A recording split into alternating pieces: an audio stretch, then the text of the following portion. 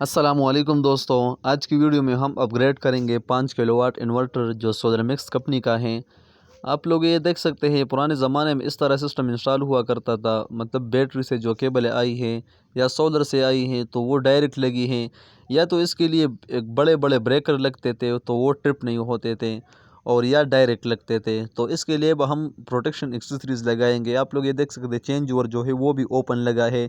तो इसके लिए हम एक बॉक्स लगाएंगे और बॉक्स के अंदर जो एक्सेसरीज़ होती है, मतलब प्रोटेक्शन की जो एक्सेसरीज़ होती हैं, तो वो अब हम इसके लिए इंस्टॉल करेंगे और इन्वर्टर जो है वो एक नया और एडवांस मॉडल का बनाएंगे। तो आइए हमारे साथ रही। तो इसके लिए हमने ये मेन बॉक्स लगाया और मेन बॉक्स के अंदर सोलर ब्रेकर, बैटरी ब्रेकर, इन और आउटपुट ब्रेकर लगाए, और ये मीटर से सर्विस केबल आया है, मतलब इसके लिए जो इनपुट होती है वापडा से तो वो इस वायर से देंगे।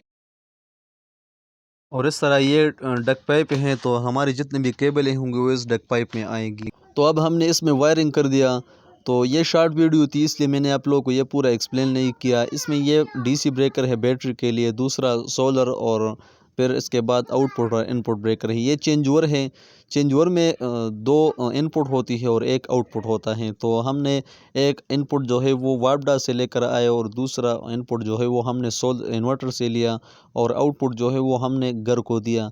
तो ये इनपुट वायर है हमारा, और ये दूसरा जो है मतलब ये आउटपुट गया है, ये हमारे घर को गया है, और इसके बाद ये तीसरा जो है ये इन्वर्टर से आया है।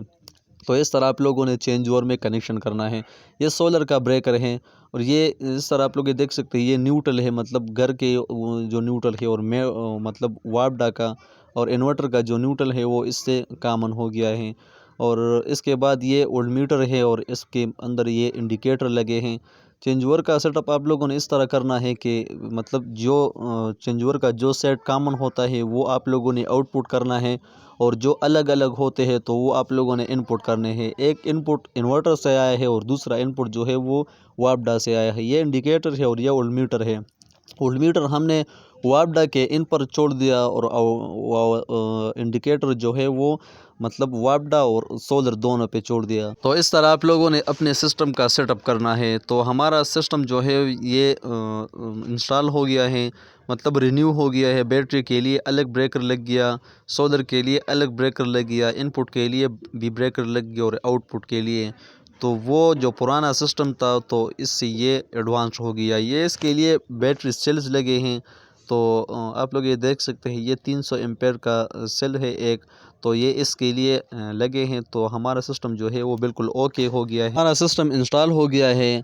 तो आप लोगों के पास आइडिया होगा, जब भी आप लोग सिस्टम इंस्टॉल करेंगे तो आप लोगों के पास आइडिया होगा कि हम अपना सिस्टम किस तरह इंस्टॉल करें। ये तो हमने रिन्यूएबल किया, लेकिन आप लोगों के पास आइडिया होगा कि सिस्टम किस तरह इंस्टॉल की जाती है।